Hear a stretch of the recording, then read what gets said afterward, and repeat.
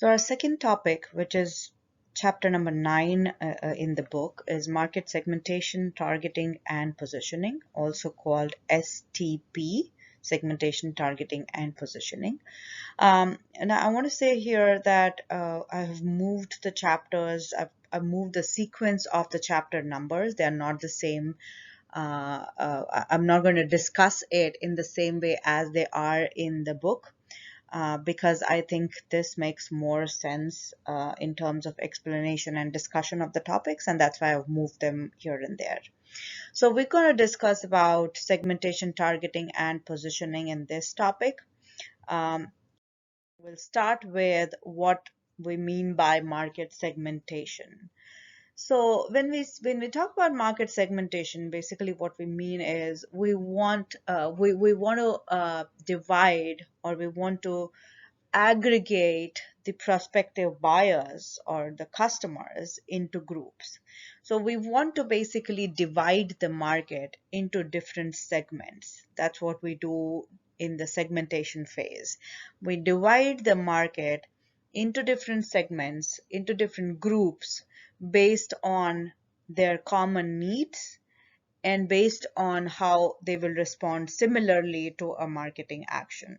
And if you look at the picture over there, you see that what we have done in there is these are normal people. We've just divided them into different groups based on some commonality that these guys have. For example, we can divide the market into two groups, males versus females, because males have on certain levels they have some common needs, versus females have something in common in between them.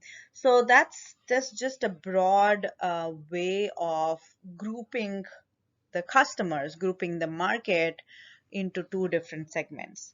We can also divide the market based on age. For example, young versus middle-aged versus old people, because these are different groups. These have different needs, and they have some common needs within themselves, and they will respond similarly to a marketing action because of the common needs that they have.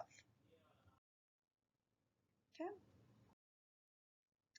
Now we'll look at markets. We'll look at an example here for market segments. Let's look at sleepers, the kind of sleepers we have. We have some are side sleepers, right? They sleep sideways. Some are back sleepers, they sleep on their back, and some are stomach sleepers who sleep on their stomach. So these are three different groups of people that we have. What we have done here is we've segmented people on the basis of their sleeping patterns. We made them into side, back, and stomach. Now, what do we do? What does the marketer do with this information? We have, and there's a research which was conducted, and it showed that 73% of people, at least in that research, were side sleepers, 22% were back sleepers, and 5% of them were stomach sleepers. Now, what do we do with this information that we have? What we do is we can create a product, which is here bed pillows, um, and we can create different variations of the products to meet the needs of these people. So for side sleepers, marketers have created firm pillows. For back sleepers, they've created medium pillows, and for stomach sleepers, we've created soft pillows. So what we do with this information is we try to meet their individual needs that they have, these groups individual needs that they have. So we have the same product, but as marketers, remember, we start with what consumers need is. So we start with consumers need, and we see, okay, in the pillow market, we can divide the consumers into different groups and offer them different products based on their specific needs. So that's what we do with that. So market segmentation is basically dividing the market, or or making groups of potential customers based on their common needs, and in turn based on what marketing activities are going to work for them. So this thing here that we see is called market product grid, because on one side, on the left hand side, we have the market, and on the right hand side, we have the product. So it's called market product grid, which is a framework to relate the market segments of potential buyers to products offered or potential marketing actions. So we are basically linking the market segments of potential customers to the products that are offered or the marketing actions that can be taken. Now, when and how to segment markets, and we're going to discuss a few ways to segment the market. First one we see is one size fits all mass markets. What we basically mean is that we only create one size, which means we only create one product, and that product can fit everybody in the market.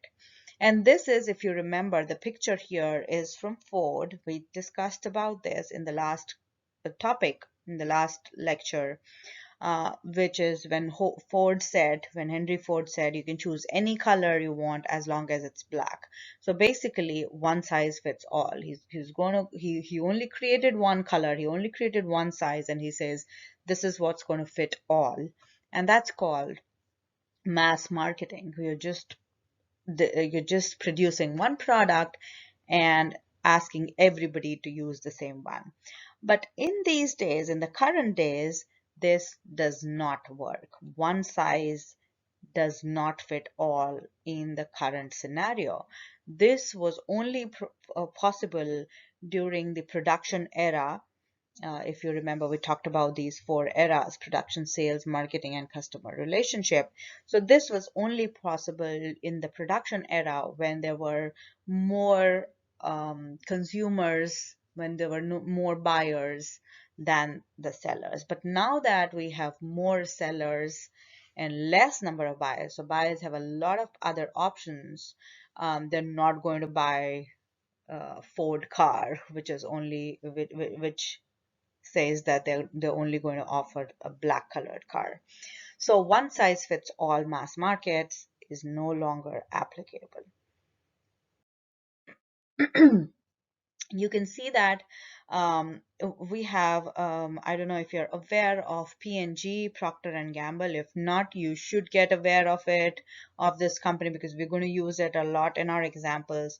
Procter and Gamble is an organization which is into all of these toiletries, the baby care products, and we're going to discuss all of them later on at some point of time. But for this example, we're going to only take one product that Procter & Gamble offers, which is the washing powder, washing detergent. P&G has, and on the left hand side you can see here where it says P&G on top, and you see all of these packets of washing detergent. You see all of these brands belong to P&G. So you can see that one organization with the same product, which is washing detergent, has different variations of the same product. So they offer Tide, they offer Gain, they offer Dreft, they offer Era.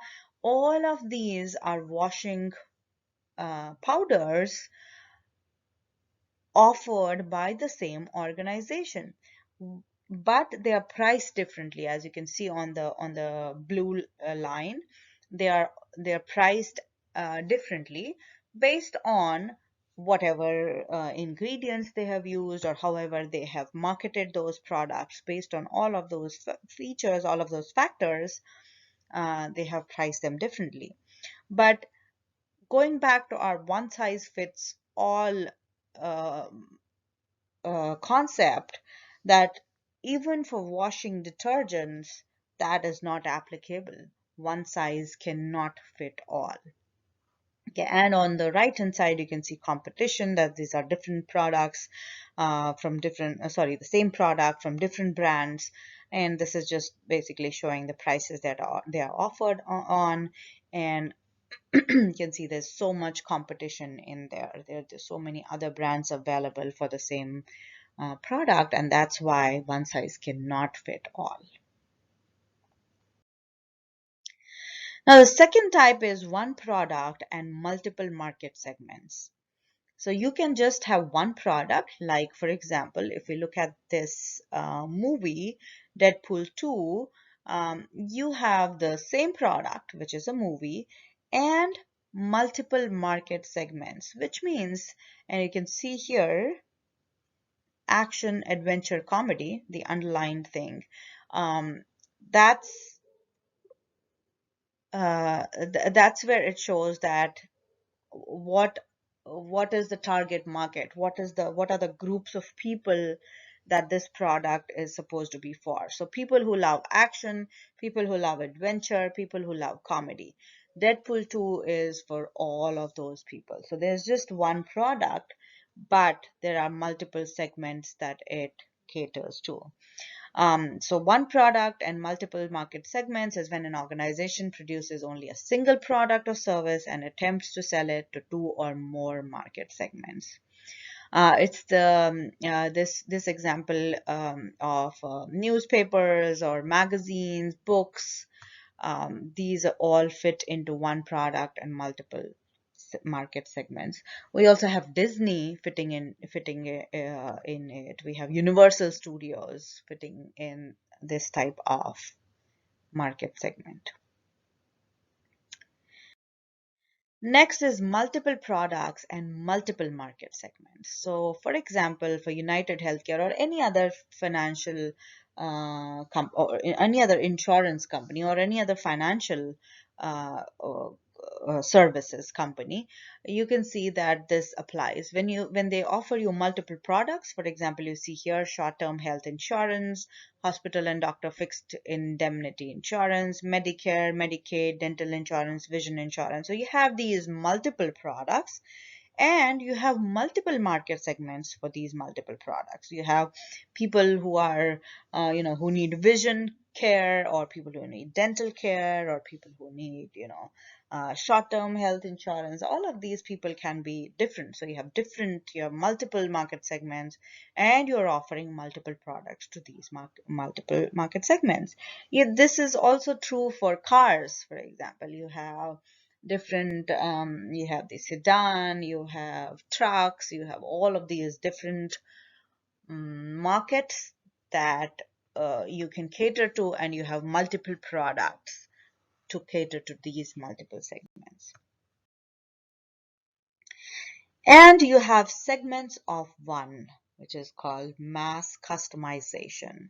So in order to understand mass customization, we first need to understand mass production. So in order to understand mass production, we need to understand what we mean by economies of scale. So economies of scale means that when you produce more, your cost of production per item reduces. For example, if you are a shoe manufacturer, let's say, and you want to manufacture one shoe, you will have to have a setup, right? The equipment, the building, the electricity cost, the salary, the wages that you pay to the employee or employees in order to manufacture that shoe.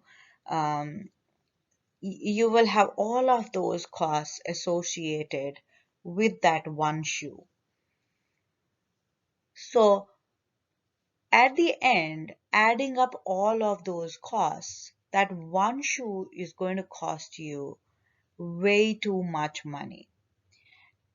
In comparison to that, if you were producing 100 shoes at the same time, you are paying the same amount of rent for the building, you are paying the same or a little more amount for the wages, for the salary of the employees. You're using the same building, you're using same resources, you're using the same equipment, and at the end, your cost of production of one shoe versus your cost of production of your 100 shoes is going to be uh, very, very different, because your cost of producing one shoe is going to be way more than your cost of production per item when you're producing 100 shoes, because it's going to get divided into those 100 shoes, and at the end your cost of production of one shoe is going to be less if you're producing more shoes at the same time. So that's called mass production, and that's called economies of scale, that when you produce more, your cost of production per item reduces. That's called mass production, and that's why companies want to go for mass production. Because they want economies of scale. They want to reduce the cost of producing per item, uh, and that's why they want to go for mass production. Now, that's one concept, mass production. Another concept is mass customization. So what companies want to do is, companies want to take advantage of mass production. They want the economies of scale. So they want to take advantage of mass production. They want to produce on a mass basis. But at the same time, because we said one size does not fit all, we the companies also want to customize each product based on customers' needs. And that's why we say segments of one, because we want to individually customize the products based on one particular individual. So we want to keep the mass, but we also want to customize. So how do we do that? So what companies do is, for example, if you have heard about Nike ID, what happens in there is they give you these options of shoes. You cannot make a shoe from scratch on, even on Nike ID. You can't make it from scratch. They give you some options, and now you can customize those shoes based on your own specifications. So they kept the mass part. They still mass produce, but at the same time they also let customers customize these products based on their own needs or wants. So mass production has now become mass customization, and we call it segments of one, which means we're not grouping people, but we are actually creating segments of one. That is, each individual can customize based on their own specific requirements. So that's segments of one, mass customization. Next, we need to understand that there's a segmentation trade-off that we have to make, that is synergies versus cannibalization. What do we mean by organizational synergy? Increased customer value through efficient marketing and manufacturing. So marketing is about creating value for customers. If we want to create value for customers, we want to offer them more and more products based on their specific needs. So we want to create a synergy wherein we want to increase customer value by providing them with different variations of products or new products that meet their needs, and we can do this through efficient marketing and manufacturing. Now, at the same time, we also have cannibalization. What do we mean by cannibalization? We're going to try to understand this by a use of an example. So we used to have this standard Coca-Cola, this traditional Coca-Cola. Now we have the company Coca-Cola has added Diet Coke, Coca-Cola Zero, and many, many other variations to their portfolio. So what happens is, now, because of the availability of Diet Coke and Coca-Cola Zero, the sales of Coca-Cola the traditional Coca-Cola have gone down. Why have they gone down? Because now customers who used to drink Coca-Cola have moved to Diet Coke and or Coca-Cola Zero because they have those options available to them. So they have moved from Coca-Cola to the other variations that Coca-Cola has produced. They produce those variations because marketing is about meeting different needs. And that's why these two new variations and many other variations were developed. But at the end, what happened is that these new products, the Diet Coke and Coca-Cola Zero, ate up the sales from the older product that was the traditional Coca-Cola. And this is called cannibalization. New products stealing or eating up customers and sales from the older existing ones. So we have to, that's why we say it's a segmentation trade-off. We want to create new products for customers, but at the same time, we are also cannibalizing our own old products by doing that. So that's a trade-off we have to make. We have to see what we can do in order to balance that.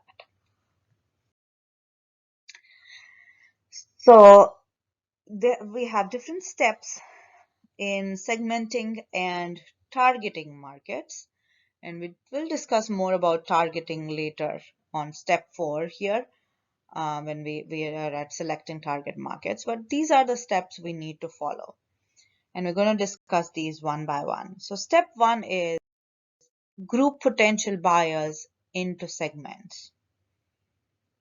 And I'm going to pause for a minute here. Group potential buyers into segments. This is what we discussed until now. What we're going to do is we're going to see that how we can do that. What are the ways to group consumer markets? So to segment consumer market. And these are the 4 bases of segmentation: psychographic, geographic, demographic, and behavioral segmentation. And we're going to discuss them one by one, starting with geographic segmentation. So geographic segmentation is based on where prospective customers live or work.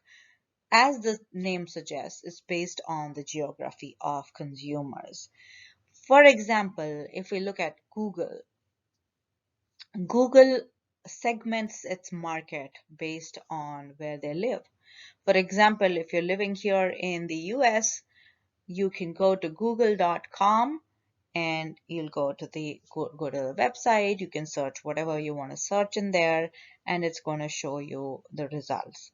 If you want to search for, let's say, 5 top brands, or let's say 5 top car brands, it's going to give you 5 top car brands in US automatically because you searched it on google.com.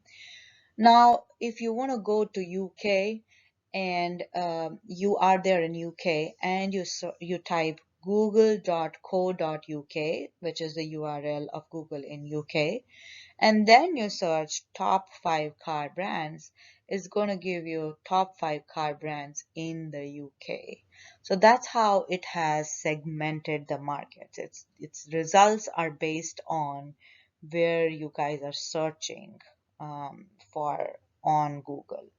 Now, if you specifically search here, sitting here in US, you specifically search 5 top brands, 5 top car brands in UK, it's going to tell you about UK. But the default function is that it's going to show you the results for where you live or where you currently are. So that's how they have divided the market based on geography. McDonald's also has done that. McDonald's has different menu for different places that they for different countries based on their mm, culture. They have their different menu items. So they have also segmented based on geography. The second basis for segmentation is demographic segmentation, which is basically based on some objective physical, like gender or race, measurable, like age or income, or other classification attribute like birth era, occupation, etc., of prospective customers. So what we do in demographic segmentation is like I gave you the example of gender, male versus female. That was a demographic segmentation. I gave you the example of age, young versus middle age versus old. That was an example of demographic segmentation. So some objective, physical, measurable, or any other classification attribute is about demographic segmentation. For example, Gillette has it on a basis of gender. The best men can be is Gillette. It has divided the consumers on the basis of their gender, and they have now um, provided offerings to one of them, that's men. Okay.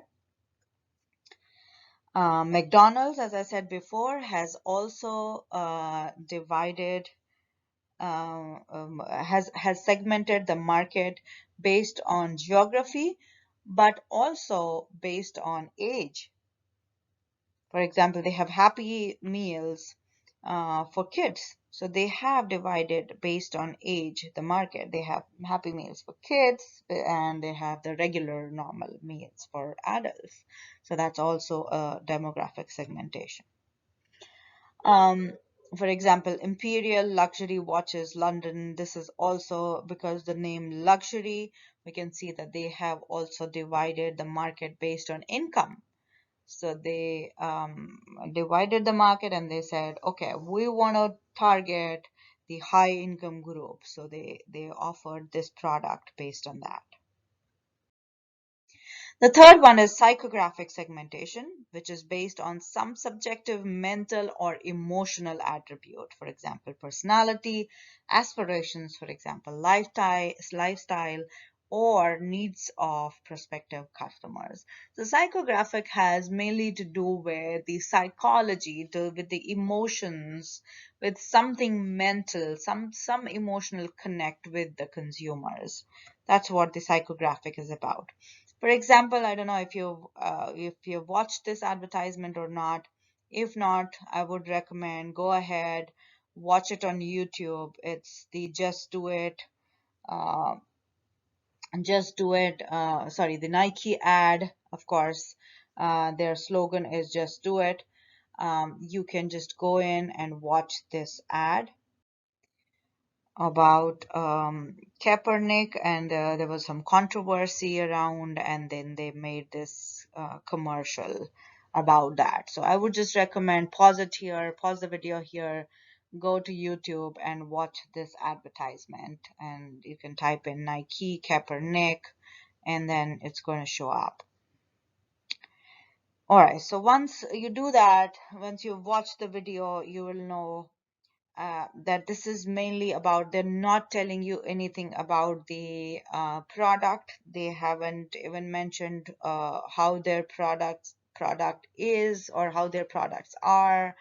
They do not mention anything of that sort, but they are actually trying to connect with the customers on an emotional, on a mental level.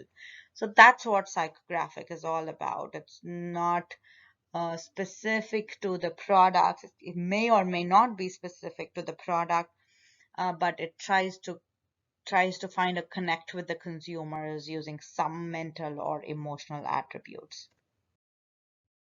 Another example of psychographic dimension or psychographic segmentation is Dove.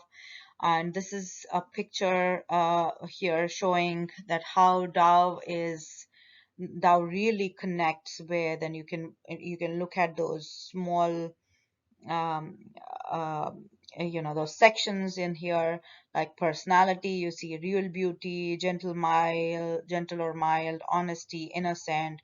Then you have culture, then you have self-image, reflection, relationship, and physique. So you see all of these are kind of they have divided the market based on these personality, culture, self-image, reflection, and so on. And now they are trying to focus their marketing activities on these different sections, these different groups of people. And the last one is behavioral segmentation, which is based on some observable actions or attitudes by prospective customers. So some behavior of consumers is what we look at here, and then we divide the market, such as where they buy. So do you buy in the stores, or do you buy online? If you buy in stores, which type of stores do you buy in? And if you buy online, what online platforms do you buy in? Based on that, we just divide the market. What benefits do they seek? So one product can have different benefits. For example, if we talk about cell phones, let's say, one type of people may look for a good camera in the cell phones. Another set of people may look for if the cell phone is heavy or it's lightweight, they can look at that. There's another set of buyers who can look at if they can make calls properly, or what's the convenience of making calls or texting or whatever. Then another set of people can have something else that they look for in a cell phone. So the same product, but different benefits sought by different kinds of consumers. Based on that, we can divide the market. And how frequently they buy. So do you buy your products every day, every month, every week? Of course, it will depend on what type of product you're buying. But still, one type of customers would like to buy their cell phone and keep it forever for them. Another set of customers would like to buy every new variation of cell phone that comes in, every new version that comes in, they want to buy that as soon as it comes in. Another set wants to buy it every 5 years. Another set of people want to buy their cell phone every 3 years, and so on. So how frequently do these people buy the products can also be a basis for segmentation for marketers. So behavior is the observable action of the customers. Now, related to behavior is usage rate. Usage rate is the quantity consumed or patronage, that is store visits, during a specific period. So, uh, as we just talked about, how frequently do they buy? That's what it is related to, usage rate. Either it can be how much of the product are you buying, or it may be how many times do you visit a store, depending on what your product. If you're a retail store, you might be interested in the patronage, that is the store visits during a specific period, of course. So these usage rates can be called heavy use. Based on these usage rates, customers can be called heavy users, light users, or non-users. Okay, and related to the same thing is the 80-20 rule, which is a concept that suggests 80% of a firm's sales are obtained from 20% of its customers. Basically, what we mean to say is that you may have a lot of customers coming in to your store. Let's say if we're talking about a retail store, you might have a lot of customers coming in to your store, but only 20% of those customers are your real customers, because only those 20% of your customers are giving you 80% of your sales.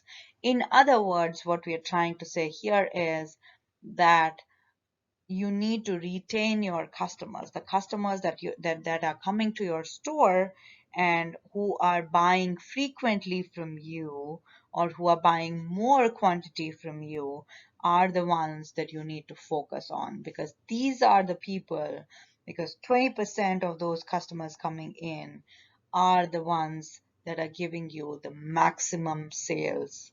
And you should be focusing on those 80% customers. So we are trying to focus here on customer loyalty and saying that we should focus on creating those loyalties, because these are the people, these loyal customers, these 20% people are your loyal customers who are giving you sales of 80% for your firm.